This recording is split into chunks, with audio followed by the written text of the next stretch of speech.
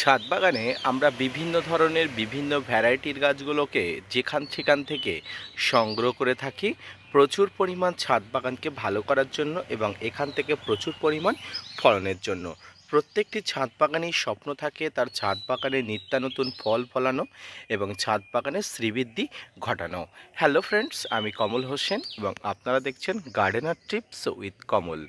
আজকের ভিডিও থেকে আপনাদের আমি দেখাবো ছাদ বাগানের অন্যতম জনপ্রিয় এবং অত্যন্ত সুমিষ্ট রসালো একটি ফল, যেটি কাঠলিচু নামে পরিচিত। এই কাঠলিচু গাছের পরিচর্যা, এই কাঠলিচু গাছের কিভাবে সার প্রয়োগ করতে হবে, কিভাবে গাছের বিভিন্ন ধরনের শক্তি উৎপাদনকারী খাবারগুলো গাছগুলোকে প্রোভাইড করলে গাছগুলো শক্তি সামর্থ্য নিয়ে প্রচুর পরিমাণ নিত্য নতুন শাখা পোশাকা নিয়ে উপরের দিকে এগিয়ে যাবে, তাই নিয়ে থাকছে আজকের বিস্তারিত আলোচনা। না স্কিপ করে কন্টিনিউ করুন।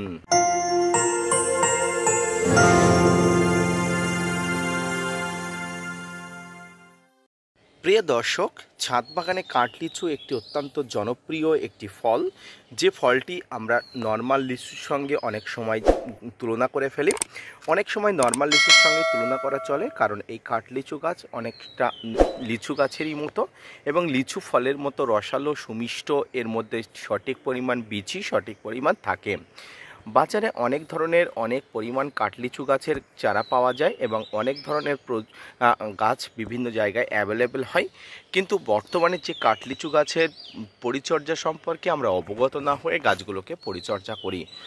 আজকের ভিডিও থেকে আমি দেখাবো ছোট্ট একটি কাঠলিচু গাছ, যেটি আমি এনে সর্বপ্রথম রোপণ করেছি। এই রোপণ করার মধ্যে দিয়ে কিভাবে গাছগুলোর মাটি তৈরি করেছি, কিভাবে গাছগুলোকে সার প্রয়োগ করছি এবং গাছগুলো সার প্রয়োগের মাধ্যমে দেখুন নতুন নতুন শাখা পোশাকা বেরোচ্ছে। আসুন আজকের ভিডিও থেকে বলে দিন। কাঠলিচু গাছ যখন রোপণ করবেন বা মাটি তৈরি করবেন, সেই মাটিতে সঠিক পরিমাণ খাবার অর্থাৎ মিশ্র খাবার সঠিক পরিমাণ যথাযথ দিয়ে আপনি অবশ্যই রোপণ করবেন। আপনি টবে করতে পারেন, পলিথিনে করতে পারেন বা এই ধরনের পরিত্যক্ত বালতিতেও করতে পারেন। প্রত্যেকটা ক্ষেত্রে কিন্তু ওয়েল ড্রেনেজ সিস্টেম করে অবশ্যই তারপরে গাছটাকে রোপণ করতে হবে। এই কাঠলিচু গাছের মাটি তৈরিতে আপনারা যে যে মিশ্র খাবার ব্যবহার করবেন সেটি হচ্ছে শিংকুচি, নিমখোল, হাড় গুঁড়ো, ভার্মিকম্পোস্ট, সর্ষের খোল, বাদাম খোল মিশ্রিত যে খাবারটি ছাদ বাগানে অত্যন্ত মিশ্র খাবার, জনপ্রিয় খাবার নামে পরিচিত। সেই খাবার অবশ্যই ছাদ বাগানের মাটিতে মিশ্রিত করে তারপরে গাছটি রোপণ করবেন। গাছটি রোপণের সময় যদি আপনার অভিজ্ঞতা কম থাকে, অর্থাৎ আপনি যদি নতুন ছাদ বাগানি হয়ে থাকেন, তাহলে অবশ্যই নর্মাল মাটি অবশ্যই দিয়ে নর্মাল মাটিতে গাছ রোপণ করবেন। তারপরে গাছ রোপণের 1 মাস বাদে গাছের অবস্থা বুঝে তারপরে গাছটিকে নতুন খাবার প্রয়োগ করবেন। সম্মানীয় দর্শক, ছাদ বাগানের প্রত্যেকটি গাছের মতো কাঠলিচু গাছেও কিন্তু প্রতি 3 মাস বা 2.5 মাস অন্তর খাবার প্রয়োগ করতে হয়। মিশ্র খাবার যথাযথভাবে প্রয়োগ করলে গাছের কিন্তু বৃদ্ধি সঠিক পরিমাণ হয় এবং এই যে কচি পাতা বা নতুন পাতা কিন্তু এসে শাখা পোশাকায় ভরপুর করে দেয়। এক্ষেত্রে ছাদ বাগানে প্রত্যেকটি গাছের মতো এই গাছের পরিচর্যা করতে হয়। সার প্রয়োগ, ফাঙ্গিসাইড, কীটনাশক, বিভিন্ন ধরনের মাইক্রোনিউট্রিয়েন্ট এবং অনুখাদ্যের মধ্য দিয়ে কিন্তু গাছ একটা বৃদ্ধির মধ্য দিয়ে নিয়ে যেতে হয়। সম্মানীয় দর্শক, এই মুহূর্তে ছাদ বাগানে আমার গাছটির বয়স প্রায় 6 মাস। 6 মাস আগে গাছটি কিন্তু রোপণ করেছিলাম, আর রোপণ করার পরে গাছটি কিন্তু যথাযথভাবে বৃদ্ধি হচ্ছে এবং গাছে নতুন পাতা অর্থাৎ শাখা পোশাকা আসছে। নতুন পাতা শাখা পোশাকার মধ্য দিয়ে নতুন ব্রাঞ্চ আসছে, আপনারা দেখতে পাচ্ছেন।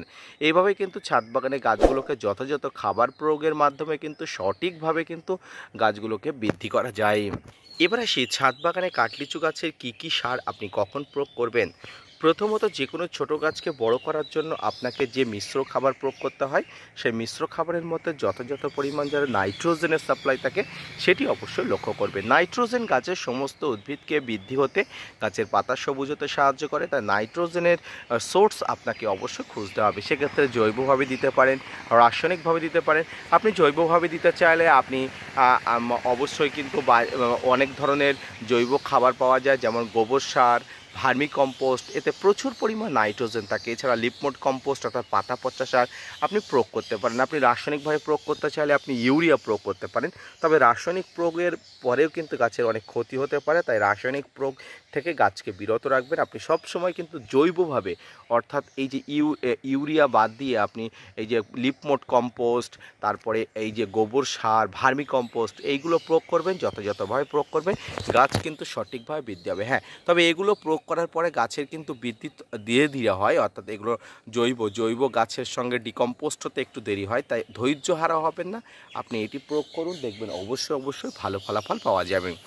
এছাড়াও ছাদ বাগানে প্রত্যেকটি গাছে নানা ধরনের কীটপতঙ্গ এবং ফাঙ্গাসের আক্রমণ করতে পারে, তাই কীটপতঙ্গ ফাঙ্গাসের আক্রমণকে প্রতিহত করার জন্য আপনাকে প্রতিনিয়ত ফাঙ্গিসাইড এবং কীটনাশক দিতে হবে। ফাঙ্গিসাইডের মধ্যে সাপ, ম্যানসার, ব্যাবিস্টিন, রেডোবিন গোল্ড, Blitox, blue copper, M45, Amistar Top এত ধরনের ফাঙ্গিসাইড থাকে। এছাড়া আপনি সাইপারমেথ্রিন গ্রুপের কীটনাশক, ইমিডাক্লোপিড গ্রুপের কীটনাশক এবং ছাদ বাগানে আরও যে ডাইমাটার 30% গ্রুপের কম্পোজিশনের কীটনাশক প্রয়োগ করতে পারেন। যে কোনো কীটনাশক এবং ফাঙ্গিসাইড আপনি কম্বিনেশন করে প্রয়োগ করার আগে অবশ্যই জেনে বুঝে কী কম্বিনেশনে প্রয়োগ করবেন, কতটা মাত্রায় প্রয়োগ করবেন, অবশ্যই কিন্তু প্রয়োগ করবেন। ছাদ বাগানে যত ধরনের কাঠলিচু আছে তার মধ্যে অত্যন্ত জনপ্রিয় এবং অত্যন্ত দামি একটি কাঠলিচু গাছ হলো রুবি। এই রুবি কিন্তু অত্যন্ত খুব গুরুত্বপূর্ণ এবং অত্যন্ত প্রিসিয়াস একটি গাছ। এই মুহূর্তে ছাদ বাগানে যে গাছটি দেখতে পাচ্ছেন এটি সেই রুবি কাঠলিচু গাছ। এটি কিন্তু অত্যন্ত আমি মূল্য দিয়ে কিনে এনেছি এবং দেখি আগামীতে এখান থেকে আমি কত পরিমাণ ফল পেতে পারি। তার আগে কিন্তু গাছটাকে মিনিমাম 2 বছর বয়স করে রাখতে হবে। ছাদ বাগান হিসেবে প্রত্যেকের আশা থাকে ছোট গাছে ফল নেওয়া, কিন্তু একদমই নয়। ছাদ বাগান হিসেবে প্রথম উদ্দেশ্য হওয়া উচিত গাছ কিন্তু বৃদ্ধি করে গাছের সঠিক শাখা পোশাকা দিয়ে গাছটাকে ফুল এবং ফল আনার উপযুক্ত করে তোলা। সম্মানীয় দর্শক, এইভাবে কিন্তু ছাদ বাগানের গাছগুলোকে পরিচর্যা করতে হয় এবং যে পাত্রে আপনি রোপণ করবেন পাত্রটাকে ওয়েল ড্রেনেজ সিস্টেম অবশ্যই করবেন, কারণ ওয়েল ড্রেনেজ সিস্টেম কিন্তু গাছে বেঁচে থাকার অত্যন্ত জরুরি। আপনি যদি গাছের গোড়াতে জল দেন সেটি যদি সঠিকভাবে বেরিয়ে না যায় তাহলে কিন্তু গাছের শিকড় পচন ধরবে, তাই শিকড় পচন যাতে না ধরে তার জন্য ড্রেনেজ সিস্টেম অবশ্যই ঠিক করবেন। এইভাবে ছাদ বাগানের প্রত্যেকটি গাছকে পরিচর্যা করুন। ঠিক এমনভাবে কাঠলিচু গাছকেও আপনি পরিচর্যা করবেন, দেখবেন অনেক অংশে গাছ ভালো থাকবে এবং স্বাস্থ্যবান হয়ে গাছ কিন্তু আগামীতে ফল ধরা বা ফুল ধরার জন্য উপযুক্ত হবে। আজকের ভিডিওটি এই পর্যন্ত, দেখা হচ্ছে পরবর্তীতে নতুন কোনো ভিডিও নিয়ে, নতুন কোনো তথ্য নিয়ে।